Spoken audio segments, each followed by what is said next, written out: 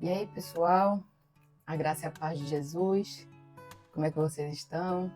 Espero que bem. Hoje a gente vai continuar nossa leitura do livro de Atos. É a segunda vez que eu estou fazendo esse vídeo. Fiz ele a primeira vez, ficou maravilhoso. Quando eu fui editar, ficou sem áudio. Começou com áudio, daqui a pouco mudo até o fim. Ai, meu Deus. Mas amém, vamos fazer de novo. Deus sabe todas as coisas, né? E para você que chegou aqui pela primeira vez, nós estamos fazendo o estudo do livro de Atos dos Apóstolos, né? Nós estamos lendo juntos e todos os outros capítulos anteriores estão aí no canal, tá? É só você ir rolando os vídeos que você vai achar. E hoje a gente já está no capítulo 20, tá bom? Então vamos ficar aqui com a gente, vamos ler juntos, vamos orar. Pai, muito obrigada pela tua misericórdia que se renovou mais uma vez, Senhor, nesta manhã sobre nossas vidas. Senhor, grande é a tua fidelidade com a gente. Muito obrigada por isso. Obrigada pelo teu cuidado, obrigada pela tua palavra, Senhor. Essa palavra que o Senhor nos deixou para nos ensinar, nos exortar, nos direcionar, nos transformar. Obrigada, Senhor, pelo teu Espírito Santo em nós, que nos capacita, Pai, a entender tudo aquilo que o Senhor quer nos revelar, Senhor, através da tua palavra. E que o Senhor esteja preparando os nossos corações para receber mais uma vez, Senhor, essa semente de hoje e ela possa produzir bons frutos de transformação, de mente, de renovação sobre cada um de nós. Em nome de Jesus, Pai. Amém. Capítulo 20, versículo 1. Cessado o tumulto, Paulo mandou chamar os discípulos e, tendo-os encorajado, despediu-se e foi para a Macedônia. O tumulto, você lembra que no capítulo anterior estava aquele tumulto por causa da deusa Diana? Misericórdia. Que os ourives se reuniram, dizendo que estavam falando que ia ter que derrubar o templo da deusa Diana, que eles iam ficar sem ganhar dinheiro, aquela confusão. E aí, cessado aquele tumulto, Paulo foi, despediu os discípulos e foi para Macedônia. Versículo 2. Havendo atravessado aquelas terras, fortalecendo os discípulos com muitas exortações, dirigiu-se para a Grécia, onde se demorou 3 meses, lá na Grécia. Quando estava para embarcar rumo à Síria, houve uma conspiração por parte dos judeus contra ele. O próprio judeu, né? Enfim. Então decidiu voltar pela Macedônia.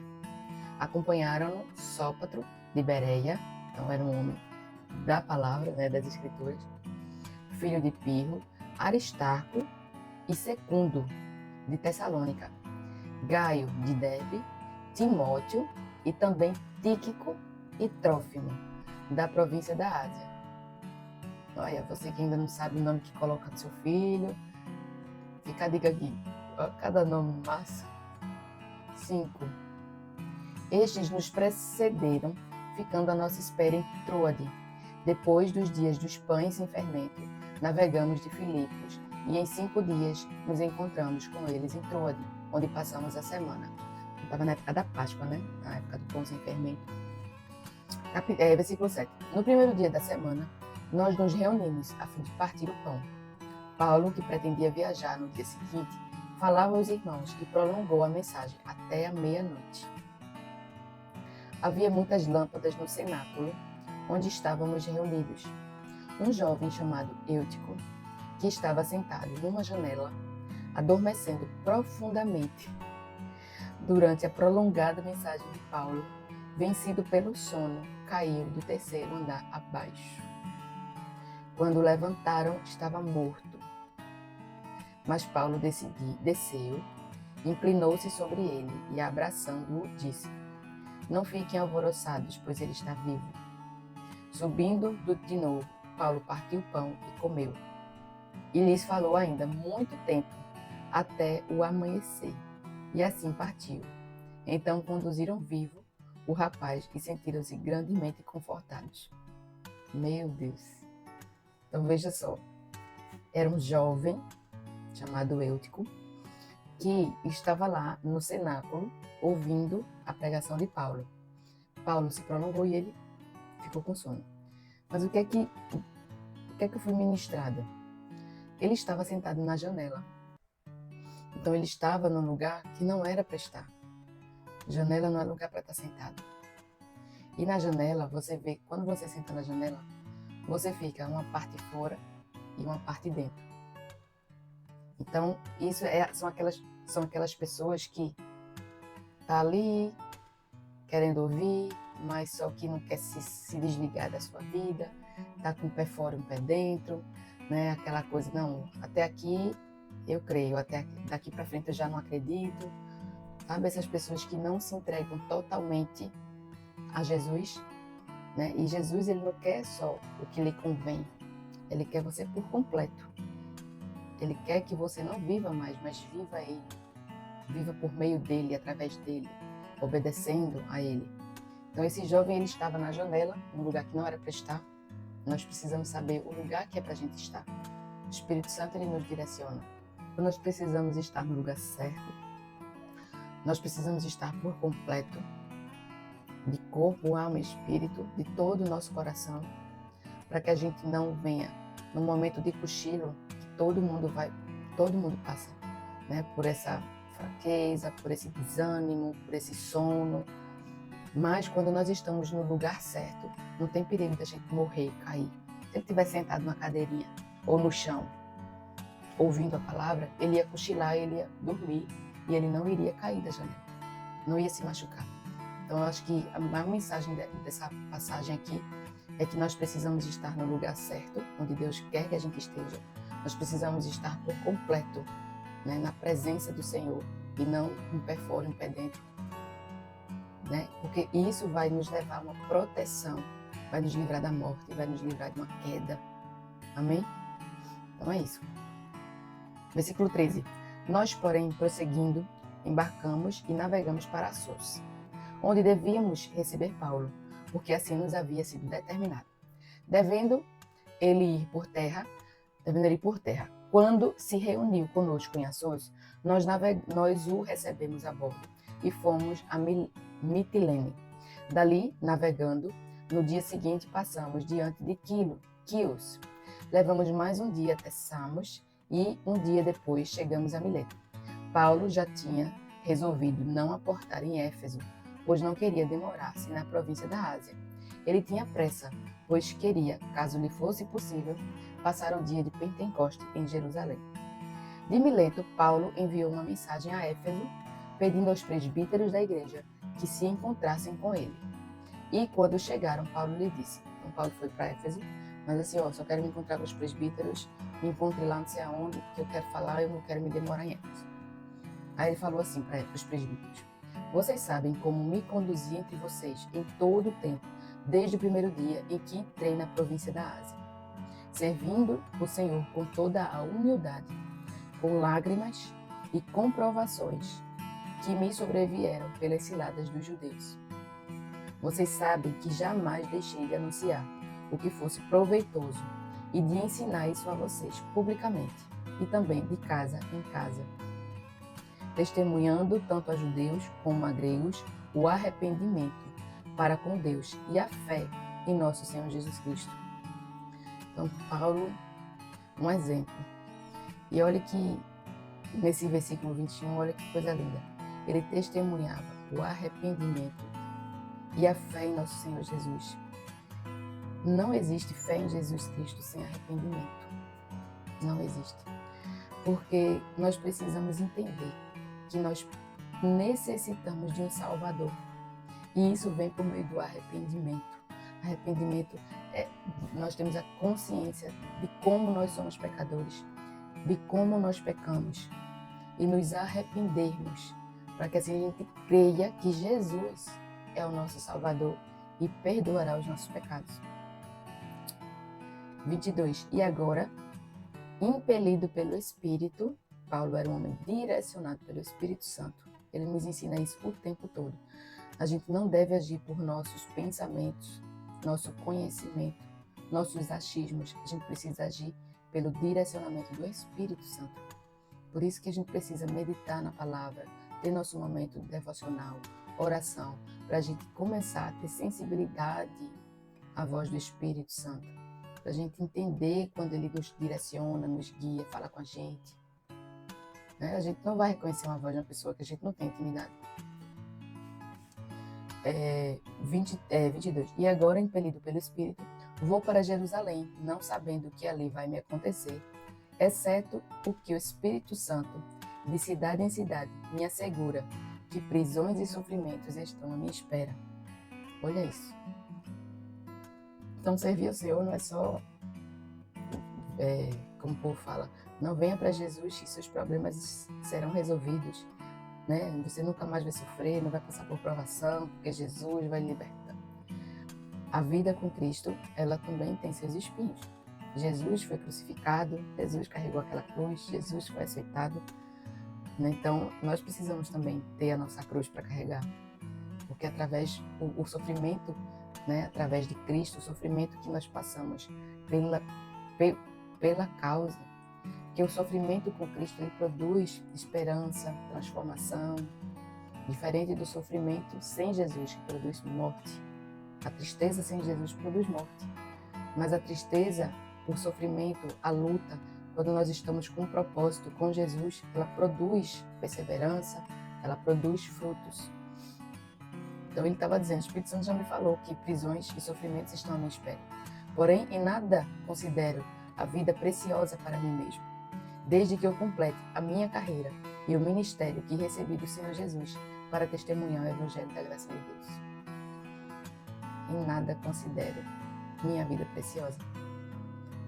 Então, meu Deus, que lição. A gente às vezes se apega a tanta besteira na nossa vida e se aperreia por causa de uma coisa tão passageira e não percebe que o que mais vale é a presença de Jesus. O que mais vale é fazer a vontade dele, é cumprir a nossa missão que ele nos determinou aqui. Porque Deus, ele deu um talento e uma missão para cada um de nós. Então, às vezes, a gente olha muito para as coisas terrenas e esquece de olhar para o principal, que é a nossa vocação, que é o nosso propósito de cooperar para o reino de Deus aqui na Terra. E eu vou mesmo assim, porque minha vida aqui, o que me importa é cumprir o meu chamado, porque ele mesmo falou na outra carta que o viver é Cristo e o morrer é lucro, porque ele sabia com que ele ia estar quando ele morresse, né? 25. E agora eu sei que todos vocês, em cujo meio passei pregando o reino, não mais verão meu rosto. Portanto, no dia de hoje, testifico diante de vocês que estou limpo do sangue de todos, porque jamais deixei de lhes anunciar todo o plano de Deus.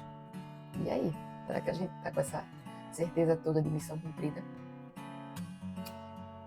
Cuidem de vocês mesmos e de todo o rebanho, no qual o Espírito Santo os colocou como bispos para pastorearem a igreja de Deus, a qual ele comprou com o seu próprio sangue. Eu sei que depois da minha partida aparecerão no meio de vocês lobos vorazes que não pouparão o rebanho, e que até mesmo entre vocês se levantarão homens falando coisas pervertidas para arrastar os discípulos atrás de si. Portanto, vigiem. Olha aí, dentro da igreja vão existir lobos sempre, com falsas doutrinas, com heresias, e as pessoas que não têm o hábito de ler a palavra vai ser enganada por essas pessoas. Mas olha o que ele fala aqui, 31.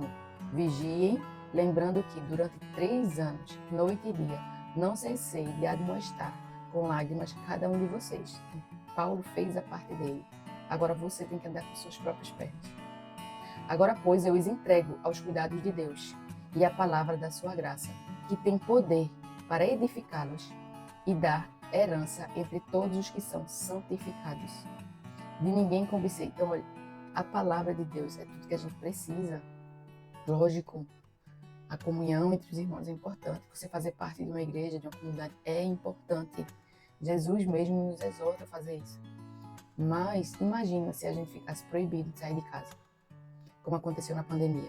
As pessoas estavam enlouquecendo porque não tinha um culto para ir, porque não tinha um pastor para pregar. E você com a palavra de Deus, com Jesus, o Espírito Santo dentro da sua casa, e querendo uma pessoa. Então Paulo está dizendo, a gente tem a palavra. A palavra, ela tem poder para edificar. A palavra tem poder para santificar. Então a gente tem que entender que nós não precisamos de homens. Nós precisamos do Espírito Santo para nos conduzir na leitura e nos exortar e nos admoestar e nos transformar. Então, tem que existir esse equilíbrio aí. Não vamos idolatrar pessoas, não vamos idolatrar templos, né? Aquilo é só um galpão. O que vale ali é o ajuntamento das pessoas que vai adorar o Senhor em unidade, que é maravilhoso. Mas se a gente for proibido, vai ficar sem adorar o Senhor? Vai ficar surtando em casa sem ter o pastor para fazer o culto? 33. De ninguém cobicei prata, nem ouro, nem roupas. Vocês mesmos sabem que estas minhas mãos serviram para o que era necessário a mim e aos que estavam comigo. Em tudo tenho mostrado a vocês que, trabalhando assim, é preciso socorrer os necessitados e lembrar das palavras do próprio Senhor Jesus. Mais bem-aventurado é dar do que receber. Tendo dito isso, ajoelhando-se, Paulo orou com todos eles. Então houve grande pranto entre todos, e abraçando Paulo, o beijavam, entristecidos, especialmente pela palavra que ele tinha dito, que não mais veriam seu rosto, e eles o acompanharam até o navio. Paulo sabia que seu fim estava perto, e no versículo 35 ele fala: mais bem-aventurado é dar do que receber. A ciência já comprovou isso, que quando você dá, você libera muito mais hormônios do prazer do que quando você ganha algo. E a gente acha não. Quando eu ganho um presente eu fico feliz. Você vê uma criança ganhando presente, então a gente acha que ganhar é melhor, nos satisfaz mais, e que você dá com aquele pesado, não é fácil dar. Mas isso é um bloqueio na nossa mente. Porque quando a gente se desprende e dá, a gente vai perceber que é muito mais prazeroso quando você vê a pessoa se alegrando, se beneficiando com aquilo que você proporcionou a ela. Não tem. É muito mais prazeroso. E a própria ciência explica que quando você dá, você libera muito mais hormônios do prazer. E Jesus já dizia isso, né? Não existia nem esse estudo ainda da ciência. Ele é o Deus, Ele é o Senhor de todas as coisas. Amém, meus irmãos? Espero que a gente tenha aprendido muito nesse capítulo maravilhoso, muitas lições, possamos estar por completo na presença do Senhor, possamos morrer para todos os nossos desejos, nossas vontades, se entregar totalmente ao Espírito Santo para que Ele venha fazer a renovação da nossa mente, como Ele fala em Romanos, para que a gente possa experimentar a boa, perfeita e agradável vontade do Senhor. Então, realmente é uma desconstrução que a gente precisa fazer na nossa mente, de toda uma vida, né, que a gente foi aprendendo de forma talvez errada, não sei todos, mas a forma correta de se viver, de se pensar, é a palavra do Senhor. Está tudo aqui, contida na palavra de Deus. O que estiver fora desse prumo aqui, pode esquecer. Não se apegue. Amém? Então vamos orar agradecendo. Pai, muito obrigada por esse entendimento, por esse aprendizado. Obrigada pelo Teu Espírito Santo maravilhoso que nos conduziu durante toda essa leitura. Obrigada, Senhor, pela Tua graça e misericórdia.